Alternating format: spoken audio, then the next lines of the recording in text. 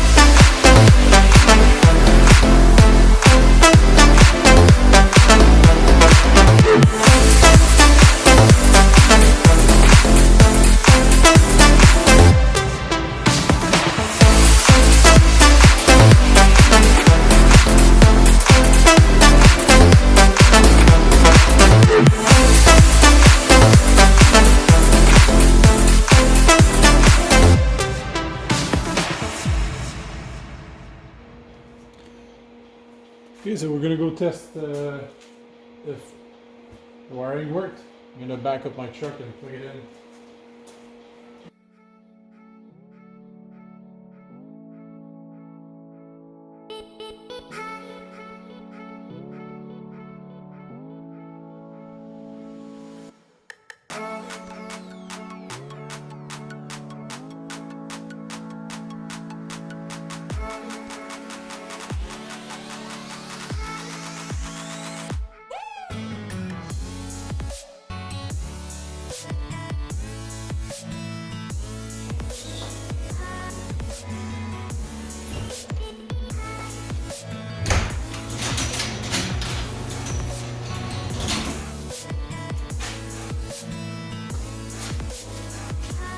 Everything works.